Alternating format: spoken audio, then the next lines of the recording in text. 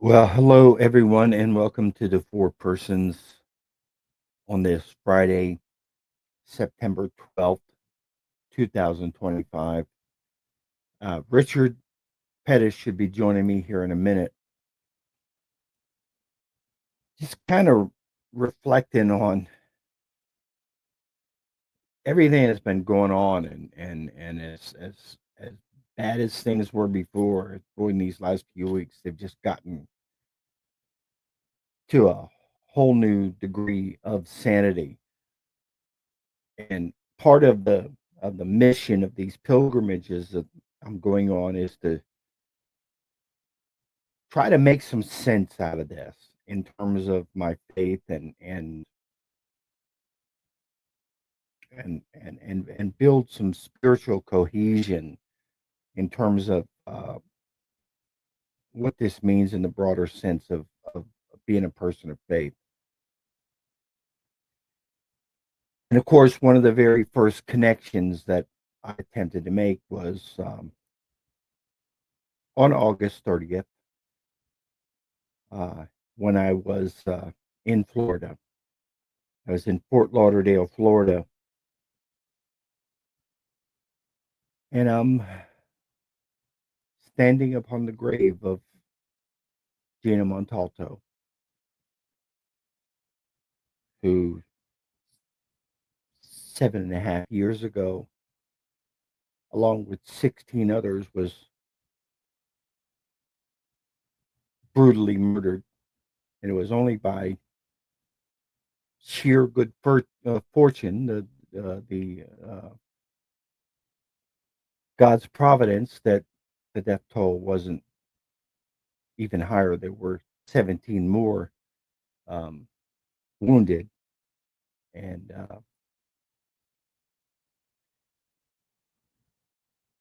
Maddie Wilford and Anthony Borges were certainly two others that could very well have perished.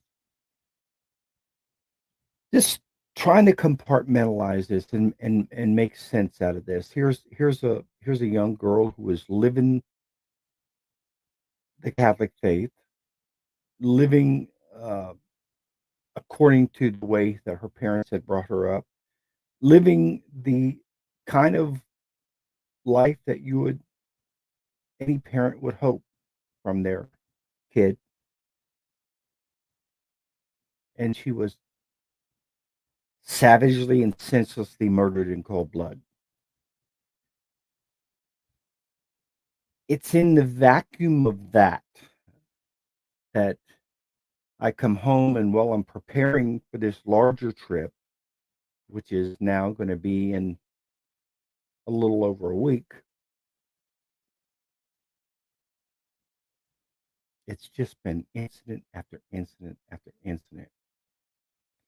And the senseless killing of an 8-year old and a 10-year old, that Annunciation Catholic Church and School in Minnesota, you completely un uh, completely senseless and unmotivated murder of a Ukrainian immigrant on a train, and then now the assassination of Charlie Kirk. And I understand the suspect is in custody, and he's 22 years old. His name is Tyler Robinson, and we'll go through all these questions of you know what caused it and what his motivations are and all that. Come on, I could write the script. We all know what his motivations were, and what does it really matter anyway? When we're at the point now where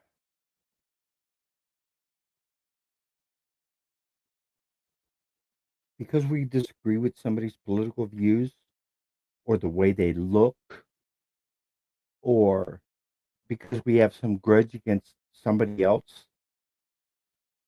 now we can just start killing each other? Is that where we are? And the thing that Charlie Kirk's murder did that I didn't think was possible. There you are. Morning, John. So let me just jump into. I was kind of on a diatribe here. Let me just jump into the thought that I just had here. The Okay. thing, the thing that Charlie Kirk's murder did that I wouldn't have thought possible was it actually put 9/11 on the back burner as far as the prominent news story of the day. It almost seemed like 9/11 took a back seat, and I didn't think that was possible because I'm sure, as I'm sure you do, I remember that day vividly. Remember, Oh, yes. I remember that's one of those days where you can remember exactly where you were and exactly what you were doing when you first found out. Um, and and I started off the show. I'm not going to recant everything that I just said, but I started off the show talking about, and you've seen this transformation in me. You've seen me go Mm-hmm. through this spiritual journey, this spiritual searching of trying to make sense of all this madness. Yes. And part of that started on Saturday, August 30th, when I'm standing upon the grave of Gina Montalto, and still trying to comprehend how something so absolutely unimaginably horrible could happen. But since I've come back from that trip, Richard, it's been one thing after another. It was an 8-year-old and a 10-year-old were murdered in their Catholic church in Minnesota, and then that poor young girl, that 23-year-old girl, killed in cold blood, senseless killing in cold blood on a train in On the North. subway. Yeah, Mm-hmm. and then now this, and And there was a school shooting in Colorado the same day. and that's that was the next thing that I was going to mention is now not only was 9/11 put to a back seat, but now we have another school shooting, and you didn't even hardly even hear about it. No, you didn't. And what's frightening about this to me, what's really scary about this to me is this the new normal where heinous violence happens so frequently now that it doesn't even make headlines anymore. That's a good question because, every bit of news focused on Charlie Kirk. Yeah. And while my heart goes out to his family, to his wife Erica and their two beautiful children. It wasn't the only Um, big story of the day. exactly. Yeah. So are we starting to become the frog that's slowly boiling in the water? That this is the new normal now, that we've become desensitized to this. And I hope not. I hope not. I hope we're not at the point now where we're no longer shocked and horrified by stuff like this. And something has gone horribly wrong. And it's something that you can't explain within the context of political labels, or you can't explain simply and only within the context of depression or different opinions or race or all of these things that people put out there to divide us. There's something that's happened that transcends all of that, and it goes deep into the marrow of good and evil.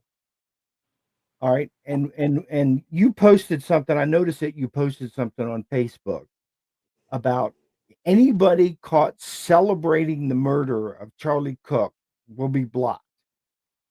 Mm-hmm. That's not a conversation we should even have to have. People should automatically know that. We You would think that military personnel would know that they shouldn't go celebrating the assassination of a fellow American. And any yet any the decent Department human of War felt the necessity to post about that. any decent human being, and I want to be clear here for anybody who's watching this, for anybody who's listening to this. This is not political posturing on our part. No. If this was a Democratic advocate that had been gunned down in this way, our reaction would be exactly the same. It would I be would be just as perturbed. it would be exactly the same, because here's the situation. Our entire nation is built upon this premise that we can have respectful disagreement, that we can have the right to free speech and win or lose in the marketplace of ideas. Okay? And Hmm. here's the ironic thing about it is the people who opposed Charlie Kirk, okay, were not validated by the person who committed this crime. No. They were repudiated by the person who committed this crime. And in a number of ways. First of all, the first thing that they did, the knee-jerk reaction, is the gun control thing. Okay. And you know as well as I do, me and people like Charlie Kirk did not see 100% eye to eye on the issue of guns. There were some disagreements in some of our views, respectful disagreements, but they were there. Okay. Hmm. But the people who are making this knee jerk reaction, like AOC saying, well, those who have opposed gun control, don't have any right to be outraged by this, don't have any right to say anything about this. Well, excuse me.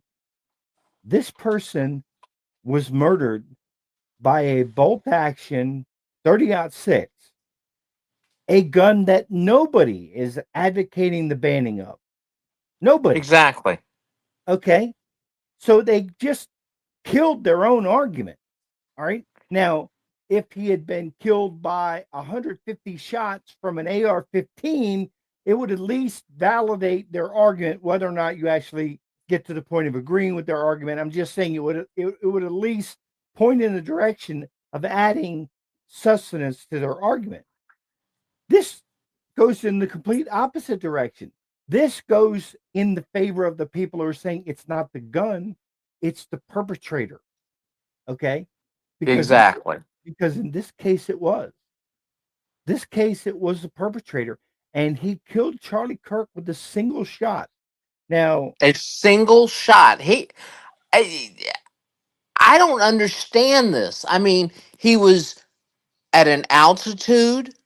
He was on top of a building, so that's at least 20 feet off the ground. Shooting down over a crowd into a tent and hit him right here. yeah. And that's either the luckiest darn shot I've ever seen, or this guy was like an Olympic caliber deadeye. And at this point, I don't know the answer to that. It could be either one. I mean, I know that in the case of Parkland, the guy was a marksman, and that's Yes, confirmed by the fact that he connected on almost 90% of his shots, which is, that's a pretty high level of accuracy. That shows me somebody this isn't the first time they've ever picked up a gun. All right, when you can shoot with that level of accuracy, sometimes at targets that are, when you're talking about the full length of a hallway, that's got to be, close to, I'd say that's got to be close to 100 yards, right? The oh, at full length of least. the whole full length of a school hallway. So, um, And some of the other killers, were like that. But the issue is here. When you have a political opinion, all right, one thing that has to be admired about Charlie Cook, whether or not you agreed with him or disagreed with him, and I'm one of these people that fell in the territory of I agreed with him on some things, I disagreed with him on other things. Exactly. But one thing that I admired about Charlie Cook and that I had to admire about Charlie Cook is that he was a debater. He was somebody who entered into the realm, into the marketplace of ideas and said, okay, here's what I believe, and here's my arguments for what I believe. Give me your argument in response. Now we've tried that here, and most people are have been afraid to actually engage in that in an intelligent conversation with us on that level. But this this wasn't like a politician who's instituted policies that rub somebody the wrong way, or that the person thought that these policies harm them, or this person wasn't the CEO of a healthcare organization that denied their claim or something like that. This is a person who is doing nothing more than engaging in the marketplace of ideas, expressing his opinion, expressing his advocating for a point of view, and he was murdered for it. Now, on that level, and I'm not making an ideological argument, but I'm making an argument on that level, on that plane, his death is comparable to the assassination of Martin Luther King Jr. Because Or John Fitzgerald Kennedy. even John Fitzgerald Kennedy, you could say, was president of the United States. He was enacting policies. Not that that justifies what happened to him. Don't get me wrong. Okay. But Martin Luther King Jr. was not in a position of authority. All Right. he was an advocate for ideas. He was an advocate, and he was murdered for it. Because now, and the point that I'm making is this is where we've gotten to in our society. We've gotten to a point in our society where it is a crime punishable by death to have an opinion. And that's unfortunate. Sadly, the opinion that is usually most trampled on by that is the conservative view. Um, the progressives have lost the ability to debate, and so rather than enter into any kind of discourse, they try to shame us. Yeah. So I'm gonna kick up a little bit of controversy here, and maybe this will rub some people the wrong way.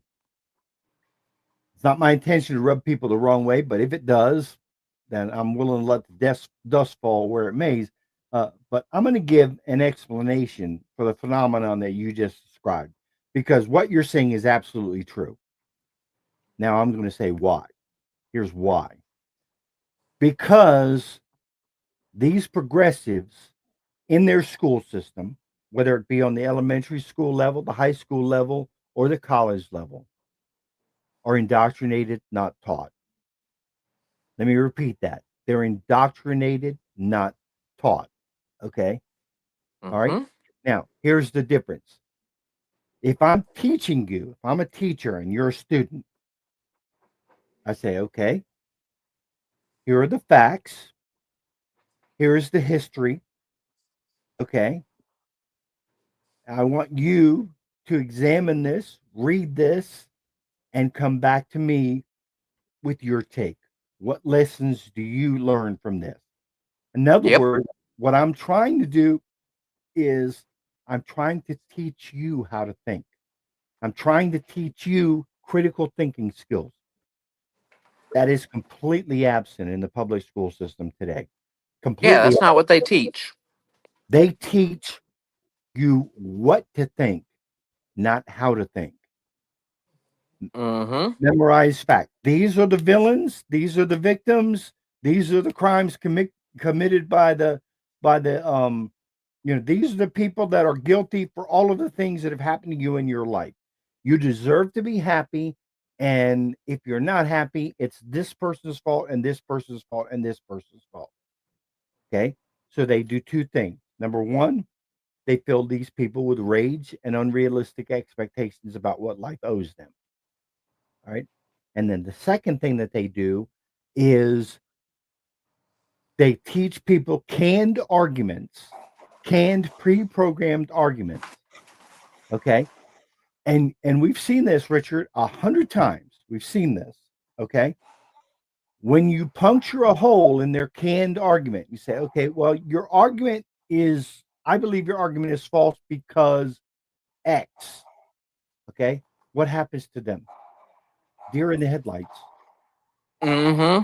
Deer in the headlights. That's an argument they've never heard before in their little protective cocoon that they grew up in. They've never heard the counter argument. They never heard the counter position. Okay. So the first response is to call you every name in the book. You're a racist, you're a fascist, you're a xenophobe, you're this, you're that, you're every misogynist, whatever they can make up to call you. Right. But eventually, a fringe of these people, a certain sub segment of these people, gets so frustrated by their inability to counteract your arguments that they feel their only choice is to silence you. Okay. Whether they use the power of government to trump up charges against you, uh, or they try to silence you by rioters, by hecklers, or in the most extreme cases, what we saw happen on September 10th. Yes. And And by the way, that school shooting in Colorado on September the 10th happened in the same county as Columbine. And that was the first school shooting. um, believe it or not, Columbine wasn't the first. Really? Columbine is generally recognized as the first. Let me give you a little bit of a history here. Uh, you remember Live Aid, right? Yes. And you remember the two songs that were the genesis of Live Aid. There We was Are the World and Do They Know It's Christmas? yeah. Okay. The guy who was behind all of that was a guy named Bob Geldof. And he was actually Boomtown Rats. of the Boomtown Rats. And he was actually nominated for the Nobel Prize for the work that he did. And in my view, he should have been awarded He because deserved it. the work that he did was phenomenal. But the genesis of Bob Geldof's rise to fame, believe it or not, was a song that spent 4 weeks at #1 on the British chart. Man, I don't like Mondays I don't like Mondays, and when the silicon. but it didn't chart in America. Okay, which is ironic because the genesis of the song was about something that happened in America. And it was about a girl who opened fire on an elementary school. Because she didn't like Mondays. And that was her answer when she was arrested by the police. Why did you do this? I don't like Mondays. And he thought that was so absolutely absurd. What level of madness have we grown to that a person will start shooting on an elementary school? And I believe two people were killed. I believe they were both adults.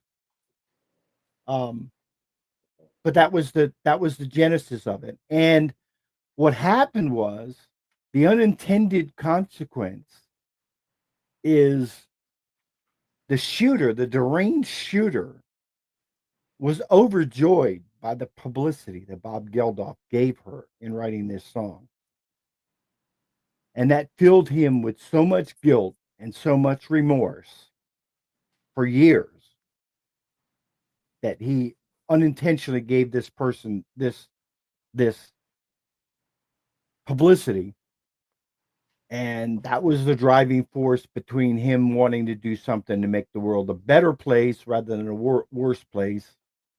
And lo and behold, his involvement in, you know, Live Aid.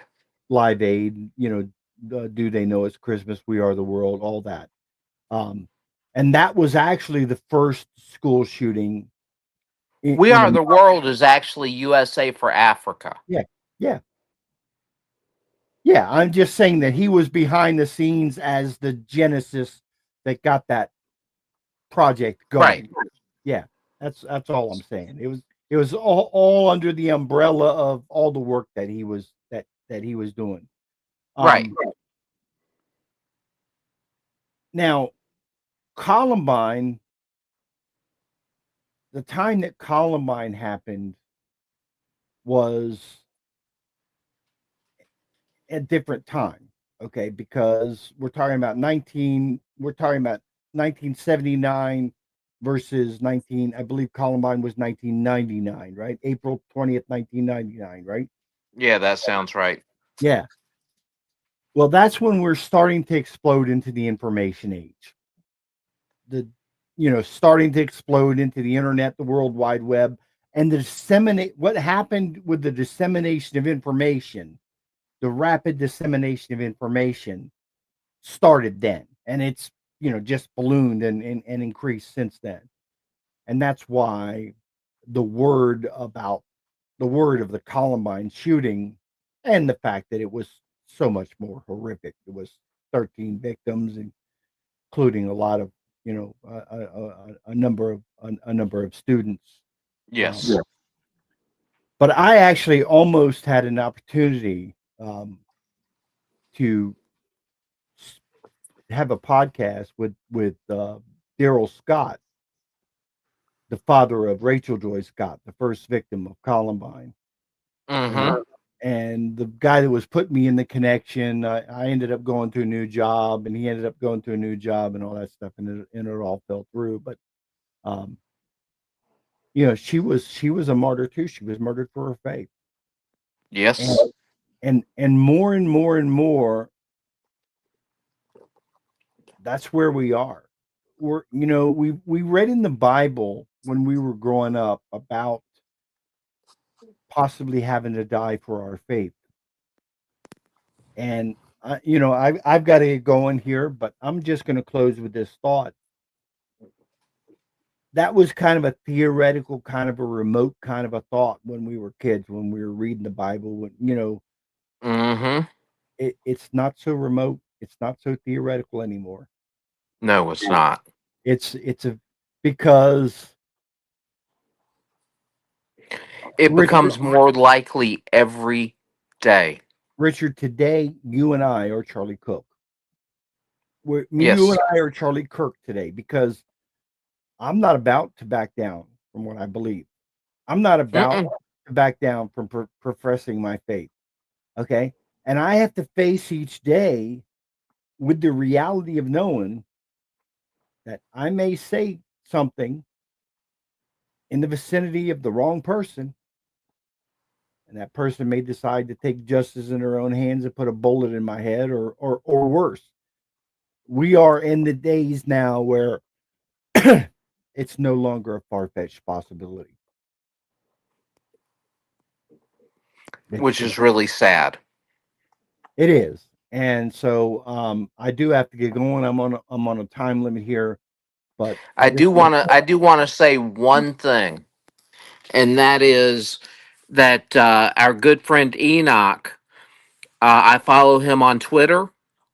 He posted a very moving and poignant picture of Erica Kirk sitting in the back seat of an SUV, waving to people as she rode by with her right hand. Her left hand was covering her crying. Yeah. Now, let me ask you this. What was it that she had in her hand? I've heard some people say she had a rosary in her hand, and other people say that she had a necklace in her hand. What was it? A rosary? It was a rosary. It was a rosary. I zoomed in and saw, and it was a rosary. I saw the crucifix. Yeah. Yeah. 4 days from now is the 10th anniversary of the death of my brother Mike. And of course, I've Mm, told you about this. I lost two brothers within 2 months of each other. But right. I will never forget, um, my brother Mike died with his rosary in his hand. I And pray that I get to die with my rosary in my hand. and a friend of mine, Christy Martin, said what she just uplifted me with what she said. She was one of those people that just knew the right thing to say. She just had a Yeah, gift for that. And she said to me, she says, "What a gift to be able to meet God when you're already speaking to him." exactly. And Amen. I had the joy the other day of volunteering at the Guadalupe Radio Network Share-a-thon again, Mhm. and was gifted this rosary. Oh, that's beautiful. It's olive wood, and on one side it's Our Lady of Guadalupe, and on the other side it's the 25th anniversary of the Guadalupe Radio Network logo. That's beautiful. So, I've prayed with this rosary, and to steal paraphrase something from Dances with Wolves, it prays good. yeah. Yeah, I basically decided, I'm going to take 3 rosaries with me on my pilgrimage, and each one of those rosaries for a specific reason, that I'm taking on my pilgrimage, and one of them is, um, a rosary that I've had for years, but, there's just something about the rosary, and we get attacked by Protestants about the rosary, but there's just it's something they can't. I heard an analogy one time. You can't understand the beauty of stained glass until you walk inside the church and see the sun shining through the stained glass. Okay. Exactly. And it's the same thing with the rosary. Okay. Until you are, and I've got a Protestant friend who's on the verge of conversion to the Catholic faith. And that has been one of the big steps once he started praying the rosary. Once mama gets a hold of you, she's not letting go. She's Exactly. she's not letting go. So on that note, I do have to go. God bless you and have a wonderful day. God bless you. Thank you, brother.